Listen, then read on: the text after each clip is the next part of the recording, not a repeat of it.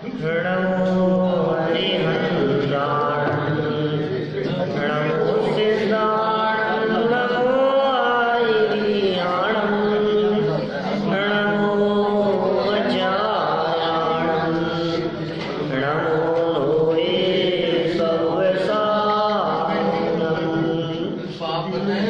जिन स्वानुभूति से गिरी मम स्वानुभूति मधिगिरी श्री विमल जय शुद्ध आनंद अमृत समता प्रभावती रागादि विकल्प तोड़िगे माँ सरस्वती प्रतिभावंदन दृष्टि निज में जोड़िके दृष्टि निज में जोड़िके। सच में तो जनवाणी के प्रति भाव वंदन तभी हो सकता है जब हमारी दृष्टि हमारे स्वभाव में ही जुड़ जाए। दृष्टि के स्वभाव सम्मुख हुए बिना जनवाणी को सच्चा वंदन नहीं है। निज तत्व को पाकर भविक जिसकी उतारे आरती। भव्य जीव इस जनवाणी माता की आरती उतारते हैं, लेकिन निज तत्व को पाकर ये जो बात है कुछ अपूर्व बात है। ये जो चर्चा यहाँ रहस्यपूर्ण चिट्ठी के माध्यम से अपनी चल रही है, इस चर्चा में भी अनुभव की बात कर रहे हैं, अनुभूति की बात कर रहे हैं, शुद्धोपयोग की बात कर रहे हैं। सहज आनंद की वृद्धि की प्रेरणा तो दी थी, अब उस सहजानंद की वृद्धि कैसे हो सकती है सो चर्चा चल रही है। सम्यक दृष्टि ज्ञानी जीवों के संदर्भ में जगत के जीवों को जितने प्रकार के भ्रम दिखाई देते हैं, शायद ही किसी और गुणस्थान के संदर्भ में इतने भ्रम हो।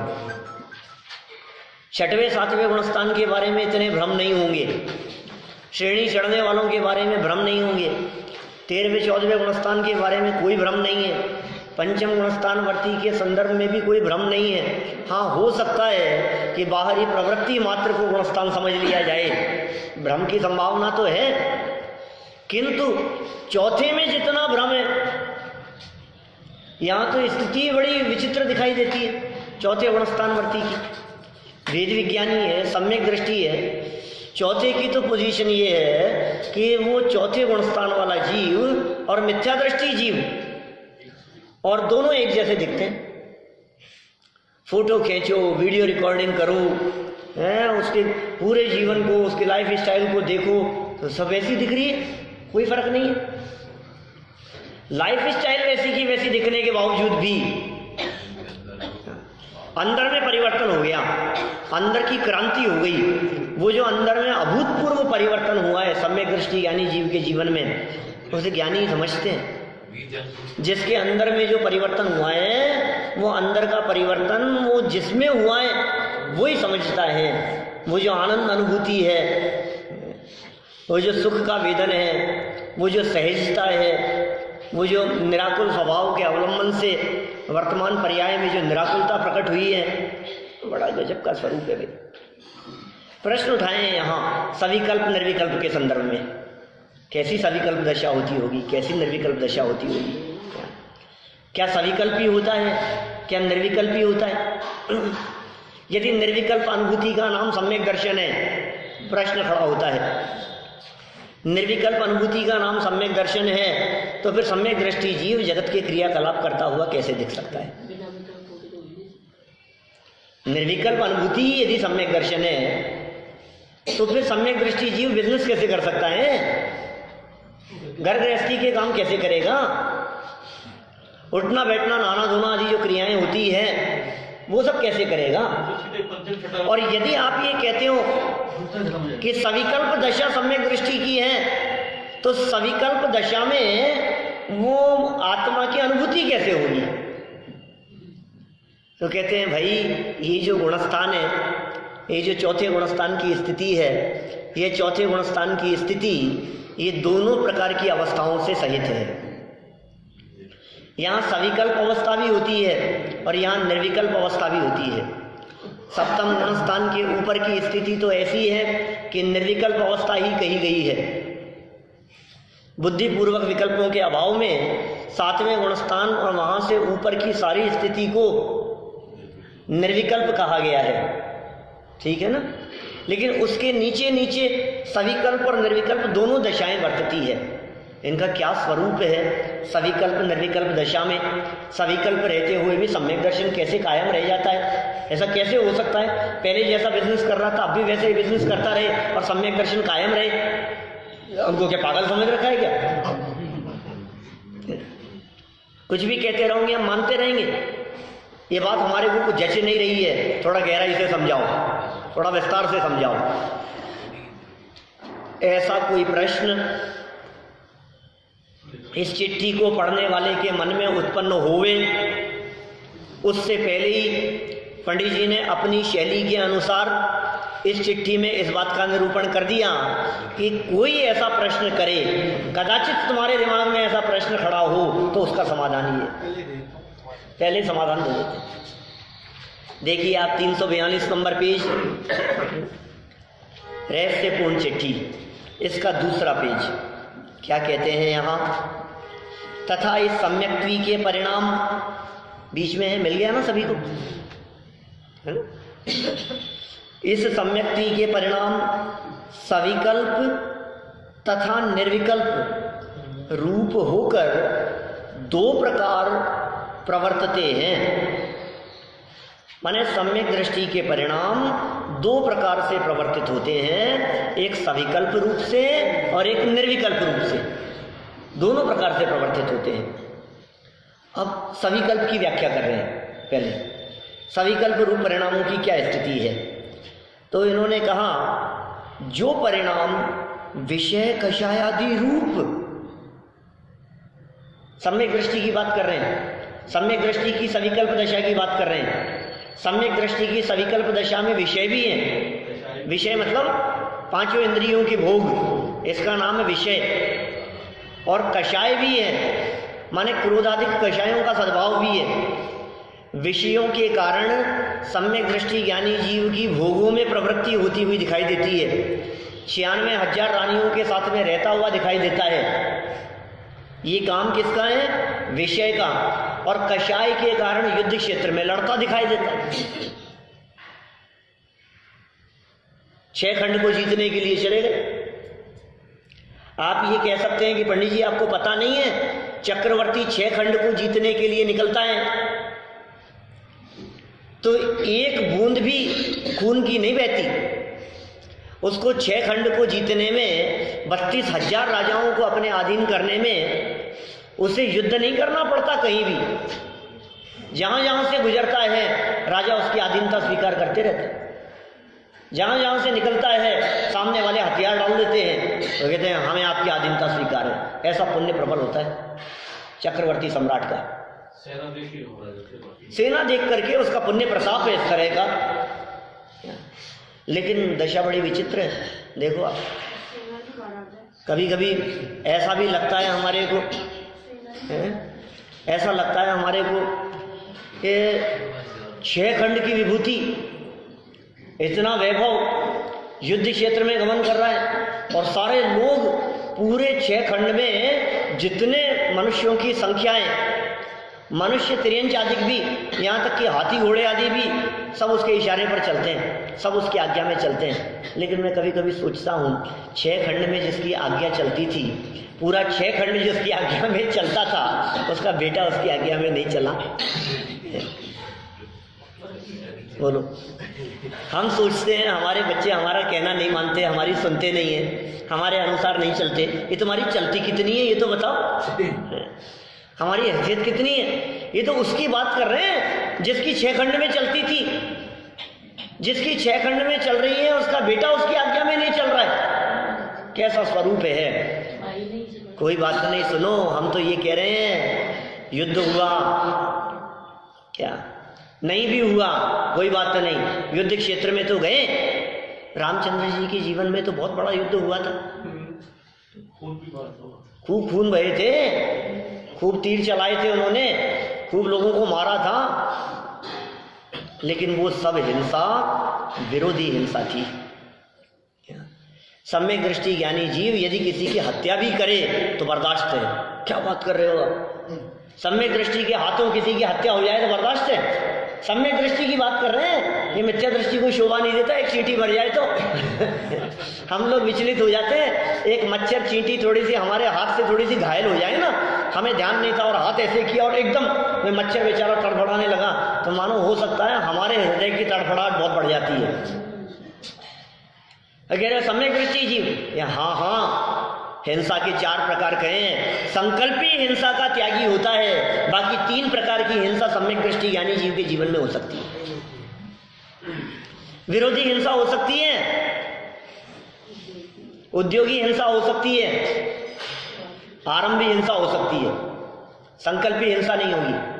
संकल्प पूर्वक किसी व्यक्ति को नहीं मारेगा, लेकिन अपने बचाव में यदि किसी व्यक्ति को मारना पड़ जाए, अपनी सुरक्षा के लिए, अपने परिवार की सुरक्षा के लिए, देवगुरु धर्म की सुरक्षा के लिए, जिनवाणी की सुरक्षा के लिए, जिन मंदिर की सुरक्षा के लिए, ज्ञानी धर्मात्माओं की सुरक्षा के लिए यदि प्राण भी देने पड़े तो बात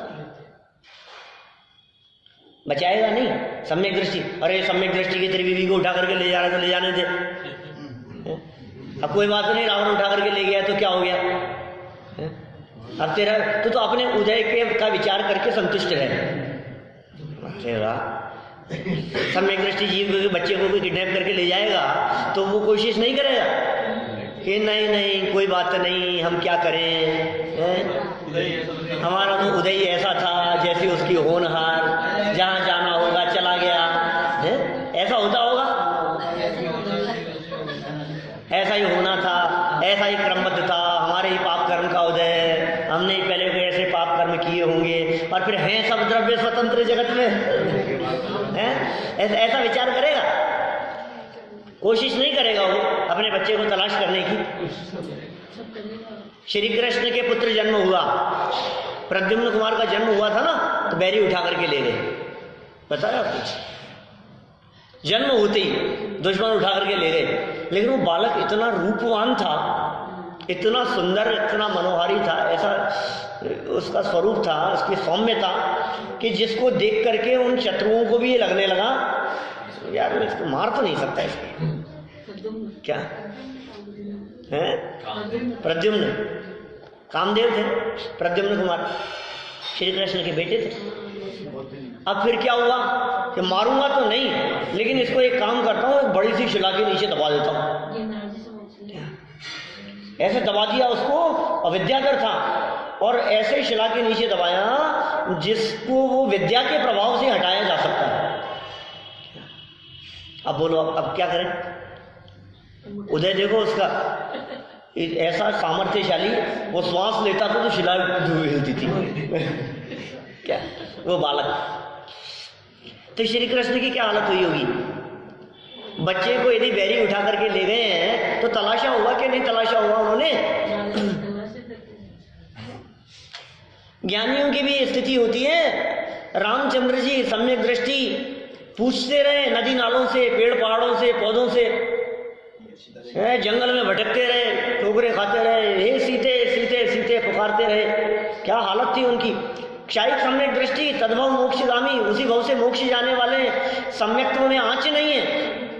बोलो, फिर वानर सेना का सहयोग मिला तो सीता को ले आए, और ऐसी ऐसी घटनाएं उन क्षायिक सम्यक दृष्टियों के जीवन में घट जाती है कि पत्नी को जंगल में छुड़वा दिया, आगे पीछे का विचार नहीं करके। सम्यक दृष्टि ज्ञानी जी ऐसे काम भी कर देते हैं, जंगल में छुड़वा दिया। आप उस दृश्य की कल्पना करके देखो जरा, क्या माहौल रहा होगा, क्या परिस्थिति रही होगी। कभी कभी वो दृश्य आंखों के सामने घूमता है तो रोंगटे खड़े हो जाते हैं। सम्यक दृष्टियों ने क्या काम किया है? वो भयानक जंगल जहाँ क्रूर पशु, जंगली पशु इधर से उधर विचरण करते हो, रात्रि का भयानक अंधकार, हवा चलती हो तो ऐसा लगता है डरावना सा माहौल दिखता है। गर्भवती अवस्था है, अकेली औरत है, साथ में कोई नहीं है, क्या हालत होगी उसकी।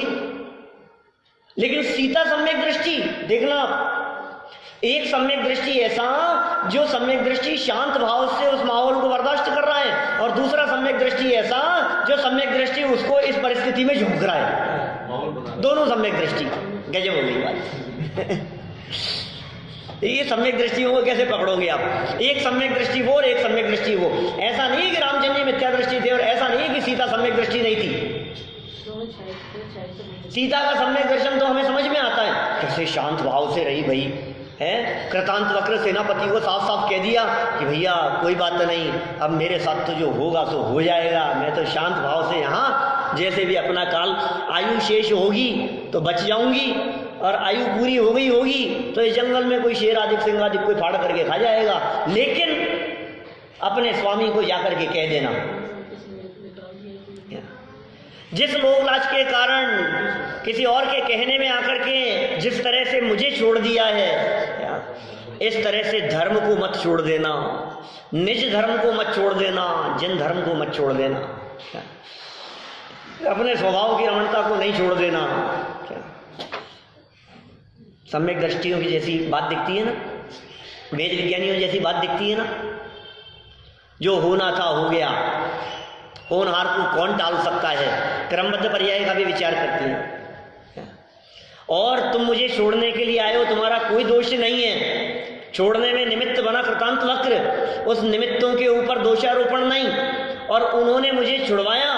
जंगल में आकर के रहने की तो मेरे काल की ऐसी योग्यता थी, मेरे जीवन में इतना ही काल नगर में रहने का था, महल में रहने का था, बाकी की मेरी जिंदगी जंगल में ही बीतनी थी।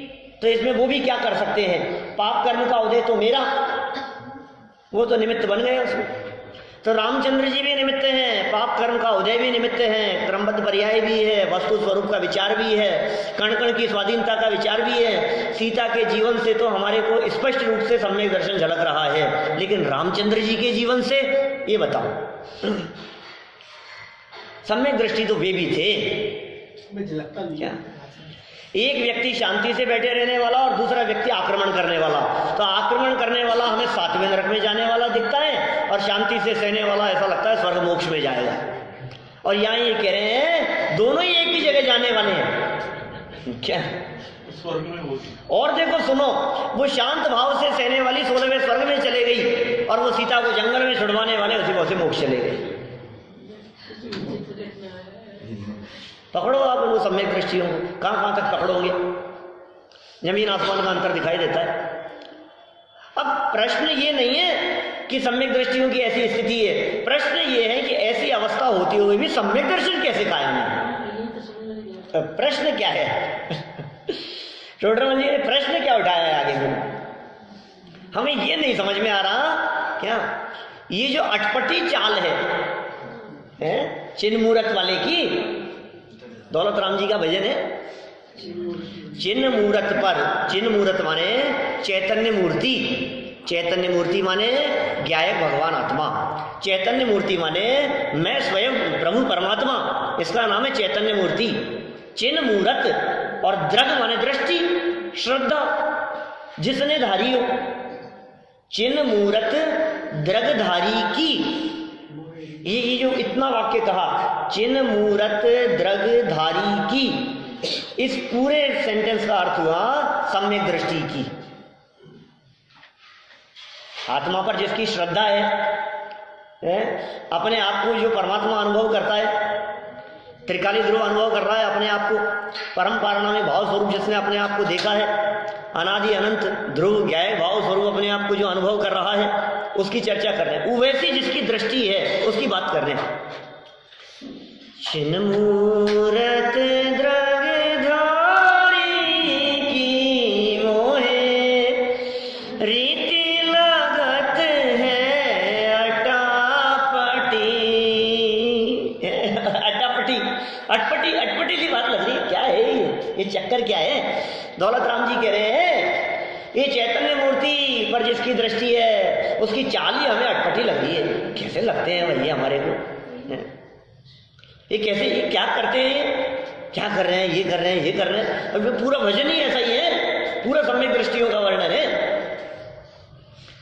बाहर नार के कृत दुख भोगते, अंतर सुख रस गटा गटी, रमत अनेक सुर निसंग पैंतीस, परिणति ते नित हटा हटी। क्या कह रहे? दो बातें कह दी, परस्पर विरोधी दिखाई दे रही है। एक सातवें नरक का नारकी है, सातों नरकों में असंख्यात सम्यक दृष्टि जीव है। सप्तम नरक का नारकी लड़ रहा है, मारपीट चल रही है, युद्ध चल रहा है, मारना काटना त्राई त्राई मचा रखी है वहां पर। वो नारकी जगत के जीवों को देखे कि कितने दुख भोग रहा है, लेकिन क्या कहा है? अंतर सुख रस घटा। कैसे होता? वही तो चर्चा चल रही है। हाँ, वही तो बात करेंगे। क्या एक ही दिन में कैसे समझ लेंगे? मतलब रहस्यों की बात है, धीरे धीरे चलेंगे, बताएंगे ये सारी बातें, वो सब। अच्छा, एक तरफ तो नारकी की बात कर दी, अब दूसरी तरफ बात कर रहे हैं। रमत अनेक सुर निसंग पे, रमत अनेक सुर निसंग, बहुत मजा आते होंगे उसको, भोग रहा है, मौज मस्ती कर रहा है वहां स्वर्ग के अंदर, घूमना फिरना ऐशो आराम, स्वर्ग के ठाठ भोग रहा है। रमत अनेक सुर निसंग पैंतीस, परिणति ते नित हटा हटी। ओहो, भोग भोगता हुआ दिखाई दे रहा है, अंदर में परिणाम क्या चल रहे हैं? बोलो। बाहर में देखो तो क्या दिखाई दे रहा है? भोगों को भोग रहा है, भोगों को भोग रहा है, भोग रहा है, भोग। सम्यक दृष्टि हो, देखो कैसे सम्यक दृष्टि जीव दुकान पे बैठा है, व्यापार कर रहा है, बिजनेस कर रहा है, लेन देन कर रहा है, नोट गिन रहा है, और तिजोरी भर रहा है, नई गाड़ी खरीद रहा है। सम्यक दृष्टि ज्ञानी जीव देखो तो सही, 96,000 रानियों के साथ में भोग करता हुआ दिखाई दे रहा है, महलों में रहता हुआ दिखाई दे रहा है, और दिव्य ध्वनि छोड़ करके युद्ध क्षेत्र में जाता दिखाई दे रहा है। ये सम्यक दृष्टि जीव। दौलत राम जी क्या कहते हैं? रमत अनेक सुर निसंग पैंतीस, परिणति ते नित नित हटा हटी। अरे हटने का भाव है निरंतर, हर समय हटने का भाव है, भिन्न होना चाहता है, उससे पृथक हो जाना चाहता है। अंदर में क्या चल रहा है उसके? बाहर में क्रिया दिखाई दे रही है और अंदर में उससे निर्वृत्ति दिखाई दे रही है। बाहर में प्रवृत्ति और अंदर से निर्वृत्ति का भाव। बोलो, ये कैसा बैलेंस है? बिना चाह के, नहीं चाहे हुए भी अनेक काम करते हैं ना आप। नहीं चाहते हुए भी आपकी लाइफ में भी ऐसा लगता है ना, झलकता है ना कभी कभी। तो मैं तो बिल्कुल नहीं चाहता था कि क्या करूं, मजबूरी में। तो सम्यक दृष्टियों को ऐसी काई की मजबूरी है? चक्रवर्ती सम्राट है, उसको काई की मजबूरी है? स्वर्ग में रहता है, इंद्र जैसे भोग भोगता है, अब उसको काई की मजबूरी है? अरे मजबूरी है चारित्र मोह के उदय जन्म में। क्या करें, उदय की प्रबलता से ये कार्य हुए बिना नहीं रहते। क्या ऐसे चारित्र मोहनी कर्म का प्रबल तीव्र उदय आने पर ऐसी प्रवृत्ति आदि होती हुई दिखाई देती है, लेकिन अंदर की श्रद्धा बराबर उससे भिन्न है, भिन्न अनुभव करता है। ये नीचे इन्होंने टोडरमल जी साहब ने इस प्रश्न का उत्तर देते हुए गुमास्ते का उदाहरण देकर के बात की। सविकल्प और निर्विकल्प दशा, ये तो समझ में आ गया ना, प्रवर्तता है, माने सम्यक दृष्टियों की सविकल्प दशा क्या होती होगी। तो कह रहे हैं सम्यक दृष्टियों की सविकल्प दशा कैसी है? विषय कषायादि रूप है, सारे काम कर रहा है। अच्छा, किसी को यदि कम उम्र में सम्यक दर्शन की प्राप्ति हो जाए तो स्कूल की पढ़ाई पढ़ेगा कि नहीं? अच्छा, उस सम्यक दृष्टि जीव को जो 12 साल का है, 10 साल का है, उस सम्यक दृष्टि जीव को जिसको आत्मा का अनुभव हो गया है, उस सम्यक दृष्टि जीव को जनवाणी की बात पे पूरी श्रद्धा है या नहीं है? जनवाणी की बात पे प्रश्न चिन्ह खड़ा करता होगा। पूरी श्रद्धा है ना? तो जनवाणी की बात पर यदि उसको श्रद्धा है तो इस बात पे भरोसा है ना कि सूर्य चंद्र ग्रह नक्षत्र तारे ज्योतिष देवों के भेद हैं, ज्योतिषियों के प्रकार हैं सब। तो यदि स्कूल में पूछा जाएगा कि चंद्रमा पर सबसे पहले कौन पहुंचा था, तो वो क्या लिखेगा परीक्षा में? नीलाम स्ट्रॉन्ग कौन सा था? साध्य को मालूम है, यही लिखे गए, ठीक है ना। लेकिन जैन दर्शन क्या कहता है? चंद्रमा पर कोई पहुंच ही नहीं सकता। क्या श्रद्धा में ये है और जवाब में वही लिखेगा। और ये क्या बेईमानी है? ये कंफ्यूज हो गया, कंफ्यूज हो गया क्या? ये लड़ाई कर आएगा। कोई बात नहीं, झगड़ना मत स्कूल में, है ना। वो टीचर जो पूछे, वो जब पेपर पूछे तो उन्होंने जो बताया था वो लिखना, और मैं जब पेपर पूछूं तो मैं जो बताऊं वो लिखना, ठीक है ना। सही बात है कि नहीं? और दोनों बातें याद होगी अपने को। भाई साहब कोई फर्क नहीं है, दुनिया दुनिया के हिसाब से चलेगी, लोक व्यवहार के हिसाब से चलेगा। उसके लोक व्यवहार में रंच मात्र फर्क नहीं आता है। तबीयत खराब होती है तो हॉस्पिटल भी जाता है, डॉक्टर को भी दिखाता है, खान पीन में भी कोई फर्क नहीं पड़ा है। अच्छा, पहले तो बहुत शौक से लड्डू पेड़े खाता था, क्या, और फीनी, क्या, और पकौड़ी हैं बनेगी, मेरे को पता है आपके घरों में हैं? अब सोचो जरा, मैं ये कह रहा हूँ पहले खाता था, अब खाएगा कि नहीं खाएगा? और सब में दृष्टि होकर के पकौड़ी खा रहा है। कैसी बात कर रहे, सम्यक दृष्टि होकर के पकौड़ी खा रहा है, ये क्यों नहीं खा सकता भैया? सम्यक दृष्टि हुआ है। अरे मुनिराज भी होवे, और यदि उनको कोई आहार दान में यदि पकौड़ी देवे तो उन्हें खाने में कोई ऐतराज नहीं है। हम तो बात सम्यक दृष्टियों की कर रहे हैं, मुनि भूमिका में भी कोई ऐतराज नहीं है। भूमिकानुसार क्रियाएं होती है, भूमिकानुसार काम होते हैं। बदलाव हुआ है, ये ध्यान रखना, बदलाव हुआ है, लेकिन बदलाव श्रद्धा के स्तर पर हुआ है, बदलाव अभिप्राय में हुआ है, मान्यता बदली है। अभी प्रवृत्ति बदलेगी वो धीरे धीरे, श्रद्धा बदली है, तदनुसार ज्ञान में सम्यकपना आ गया है, तदनुसार जो उसका जितना चारित्र था अंदर में, जिस प्रकार अनंतानुबंधी के अभाव में जो प्रकट हुआ है उसको भी सम्यक चारित्र कह दिया गया है। लेकिन वो चारित्र ऐसा प्रकट नहीं हुआ है अभी जिसे जगत के जीव देख करके चारित्रवंत कह सके। ऐसा चारित्र नहीं, फर्क तो है, जो फर्क है उसे मानना तो पड़ेगा। माने एक तो भेद विज्ञानियों का, मतलब मुनि राजों का, ऐसा समझो आप, पंचम गुणस्थान वर्तियों का चारित्र और एक चतुर्थ गुणस्थान की स्थिति, तो फर्क तो है चौथे और पांचवें वाले में। तो भाई साहब पहले और चौथे वाले में आप कह रहे हो कोई फर्क नहीं है, कि नहीं फर्क तो होगा। वो कैसा फर्क होगा? वो महापापी मिथ्या दृष्टि की तुलना में वो सम्यक दृष्टियों के जीवन में बहुत फर्क दिखाई देगा, किंतु भद्र मिथ्या दृष्टियों की तुलना में सम्यक दृष्टियों के कोई अंतर नहीं दिखाई देगा। क्या कहा मैंने? दो बातें कह दी। मिथ्या दृष्टियों को दो भागों में बांट दिया। एक मिथ्या दृष्टि ऐसे जो अनिति अन्याय भक्ष का सेवन करने वाले, एक मिथ्या दृष्टि ऐसे जो सप्त व्यसन का सेवन करने वाले, विषयों में पारंगत हैं, जिनको कोई ठिकाना नहीं है, राग रंग में, विषय कषायों में रचे पचे, एक ऐसे मिथ्या दृष्टि। और दूसरे ऐसे मिथ्या दृष्टि जो स्वाध्याय करते हैं, अभ्यास करते हैं, अनीति अन्याय भक्ष का सेवन नहीं करते हैं, ऐसे भी मिथ्या दृष्टि हो सकते हैं ना। सदाचार में जो जीवन जीते हैं, शांत परिणामी है, सरल स्वभावी है, ठीक है, बिजनेस भी करते हैं, काम धाम भी करते हैं, खाते पीते सब काम करते हैं, ऐसे भी सम्यक दृष्टि है। तो क्या ऐसे जो मिथ्या दृष्टि है, उन मिथ्या दृष्टियों से वो जो सम्यक दृष्टि हो गए हैं वो दोनों एक जैसे, बाहर में कोई अंतर नहीं दिखाई देगा।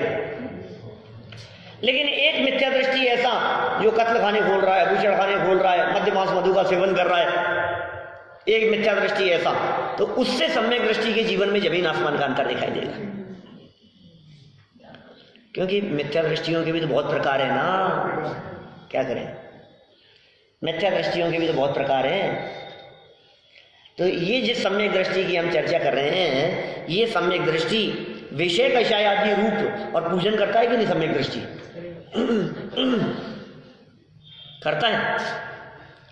तो वो रोजाना कर रहे होंगे 6 महीने तक युद्ध क्षेत्र में, वहां रामचंद्र जी हैं, रावण के साथ में जब सेना के साथ में जब युद्ध चल रहा था तो वहां 6 महीने तक रोजाना पूजन कर रहे होंगे।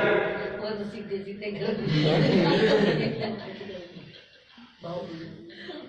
अब सीधे सीधे करना तो बंद कर दिया था, क्योंकि पता लग गया था वहां है। जब तक नहीं पता था तब तक तो पुकार रहे थे। चलो भरत जी की बात कर लो, 60,000 वर्ष तक दिग्विजय के लिए चले गए। अब उस 60,000 वर्ष के काल में भरत चक्रवर्ती ने कितने जनालयों की पूजन की होगी, कितने जिन मंदिरों में गए होंगे? जिन मंदिर बनाए भी थे उन्होंने क्या? अरे भाई साहब, जिनेंद्र देव के दर्शन नहीं, जिन स्वरूप के दर्शन करते थे। क्या जो लोग त्रिकाली भगवान के, त्रिकाली क्या है, भगवान के दर्शन करते हैं, उनके लिए बाह्य दर्शनों की ऐसी अनिवार्यता नहीं कही गई है। मुनिराज वनखंडवासी होते हैं क्या? आहारचर्या के लिए आए नगर में, कदाचित जिन मंदिर बीच में आ जाए, कदाचित दर्शन करने का विकल्प उठे तो दर्शन करने के लिए भी चले जाएं, और आहारचर्या के लिए नहीं उठे तो रोजाना दर्शन करने का नियम ही नहीं है, रोजाना जाने का नियम ही नहीं है। बाहुबली स्वामी बोलो, रोजाना दर्शन करते थे कि नहीं करते थे? बाहुबली दर्शन नहीं करते थे रोजाना। गृहस्थ दशा में होंगे तो करते होंगे, हमें कोई ऐतराज नहीं है, लेकिन दीक्षा लेने के बाद में सबको पता है 12 महीने तक एक ही जगह पे खड़े रहे,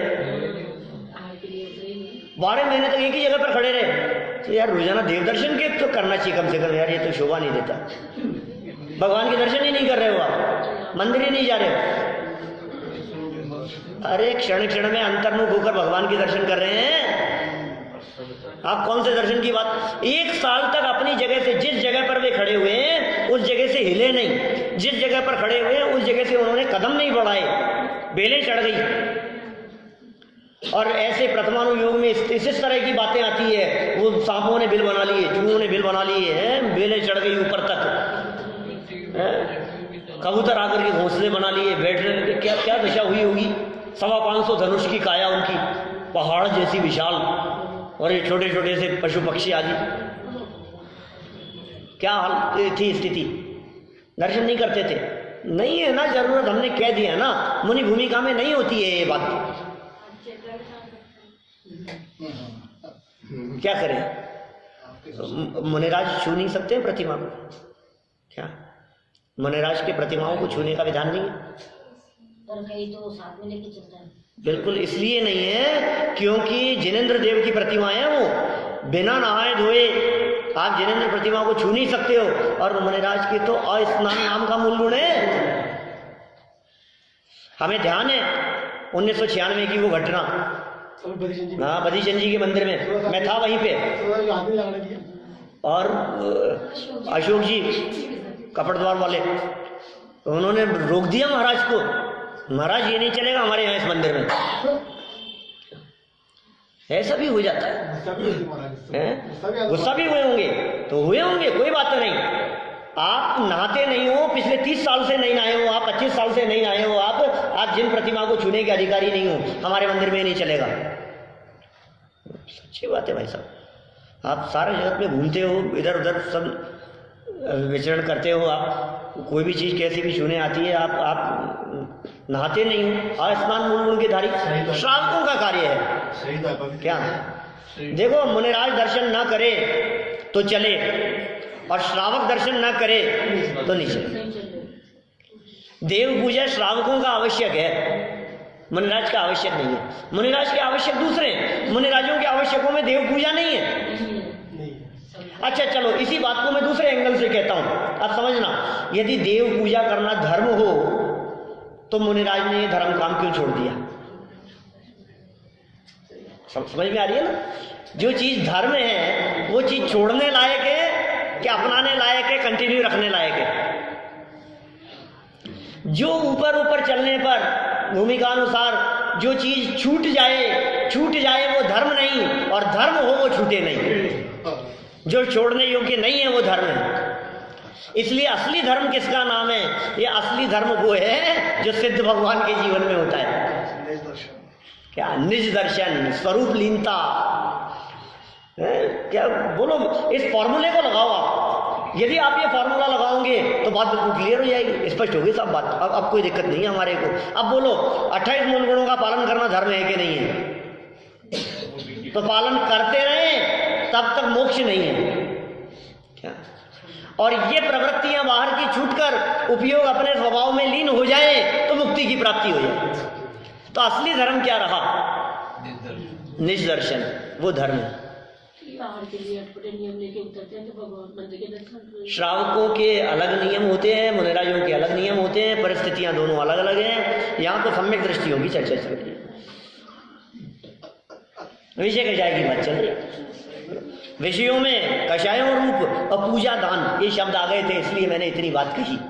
क्या पूजा दान शास्त्राभ्यास आदि रूप प्रवर्तता है, पूजा में प्रवर्तता है, दान में प्रवर्तता है, शास्त्राभ्यास में प्रवर्तता है, कोई बात नहीं।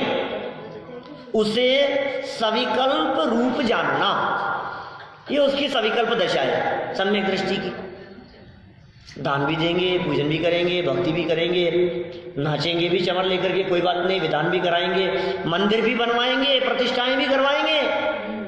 ये सब गृहस्थ दशा में सम्यक दृष्टियों के काम है भूमिका अनुसार, और उसके विकल्प भी आएंगे। माने बिना विकल्प के ये सब काम तो हो ही नहीं सकते हैं। हम तो ये कह रहे हैं उसके तीव्र विकल्प भी आते हैं, उस संबंधी चित्त में संकल्प विकल्प भी चलते रहते हैं।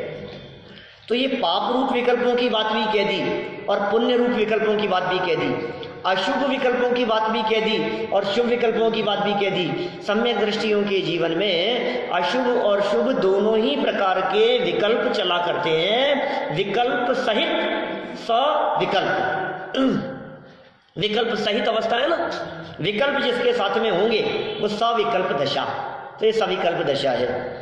और ये कहा था निर्विकल्प रूप होकर भी प्रवर्तते हैं, तो निर्विकल्प रूप होकर के कब प्रवर्तते हैं?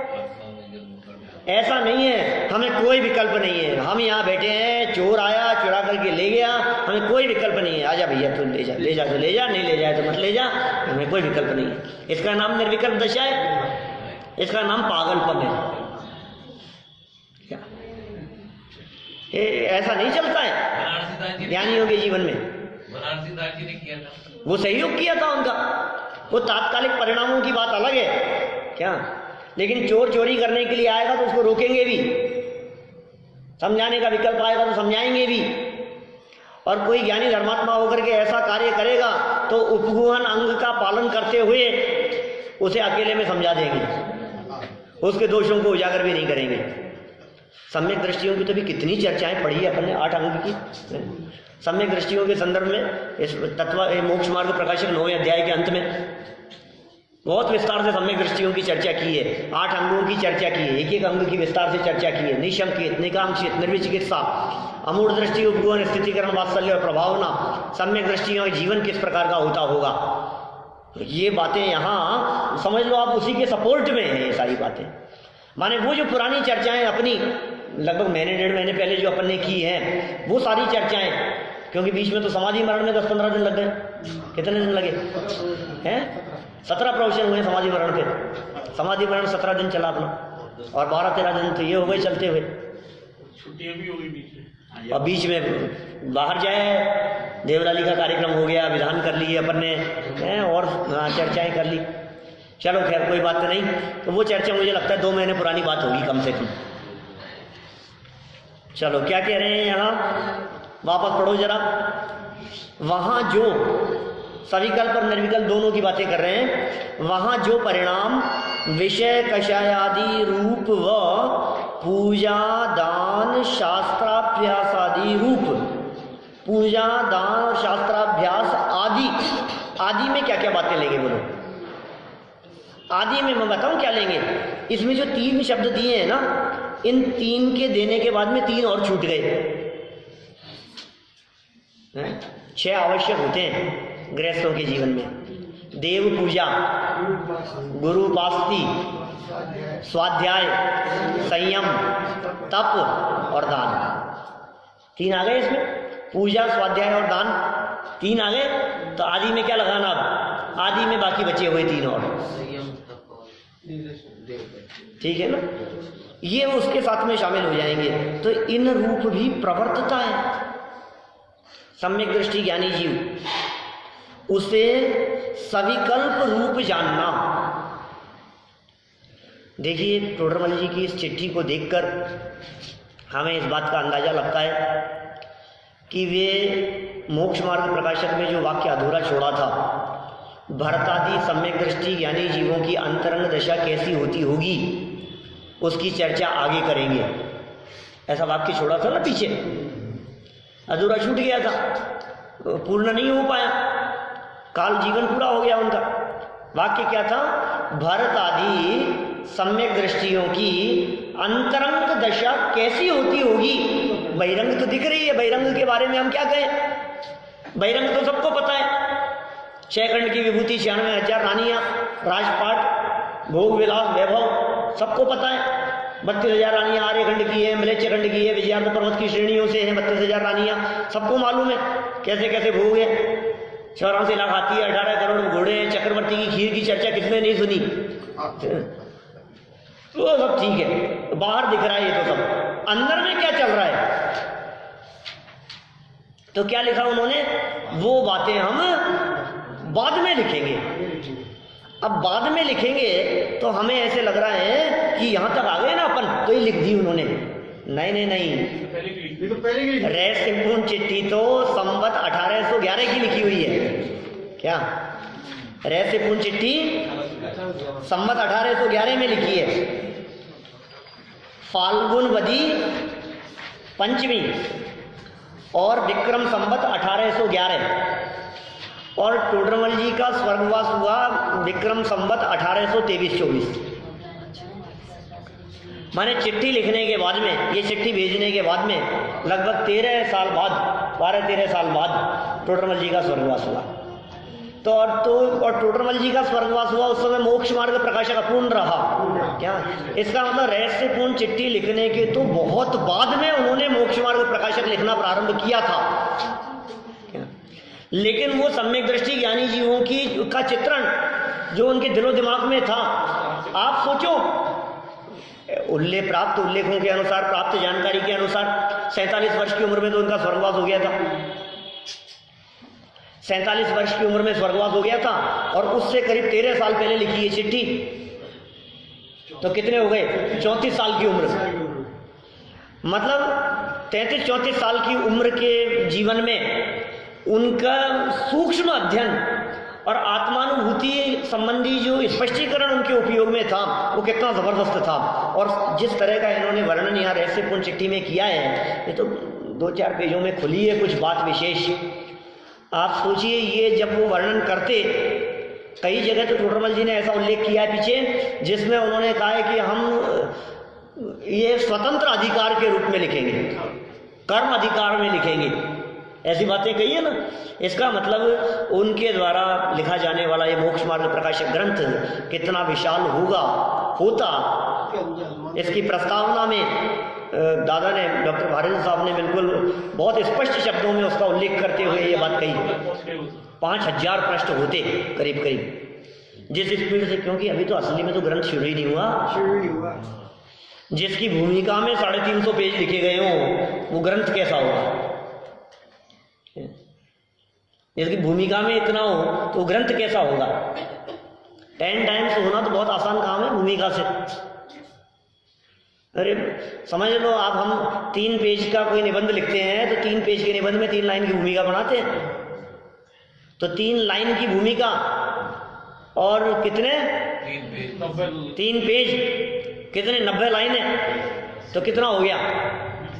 5 लाइनें मान लो भूमिका में, तो कितना गुना हो गया? 10-20 गुना तो आसानी से हो जाता है। तो ऐसा ही ग्रंथ इतना विशाल होता। चलिए खैर कोई बात नहीं, ये तो शास्त्राभ्यास आदि कार्यों में प्रवर्तता है, उसे सविकल्प रूप जानना। अब यहाँ प्रश्न है, शिष्य ने प्रश्न किया कि साहब आप विषय कषाय की बातें भी कर रहे हो और आप शास्त्राभ्यास की बातें भी कर रहे हो, ये दो बातें एक साथ कैसे संभव है? एक आदमी विषय कषाय में भी रचा पचा रहे और वही आदमी शास्त्राभ्यास भी करता रहे, और उसी आदमी को कह रहे हो कि निर्विकल्प अनुभूति रूप सम्यक दर्शन भी है उसके, वो सम्यक दृष्टि भी है। तो सम्यक दृष्टि भी है, स्वाध्याय आदि भी करता है, तो भोगों में क्यों प्रवर्तता है? ये बातें तीन बातें एक दूसरे से टकरा रही है और परस्पर विरोधी जैसी दिख रही है। ये बातें कुछ समझ में नहीं आ रही है हमारे को। तो यहाँ प्रश्न है, शुभाशुभ रूप परिणमित होते हुए, पुण्य पाप रूप परिणमित होते हुए सम्यक्त्व का अस्तित्व कैसे पाया जाता है? हमें यहाँ आपके इस पूरे निरूपण से उन ज्ञानियों के जीवन में सम्यक दर्शन की सत्ता समझ में नहीं आ रही। चक्रवर्तियों के सम्यक दर्शन की सत्ता समझ में नहीं आ रही, इंद्रों के भोग भोगते हुए सम्यक दर्शन की सत्ता समझ में नहीं आ रही, नारकियों के लड़ते भिड़ते हुए सम्यक दर्शन की सत्ता समझ में नहीं आ रही। ये समझ में नहीं आ रही यदि आपको, तो कल आना पड़ेगा समय से। आगे करेंगे अपन समाधान की चर्चा। अभी की बात को यही बना दो।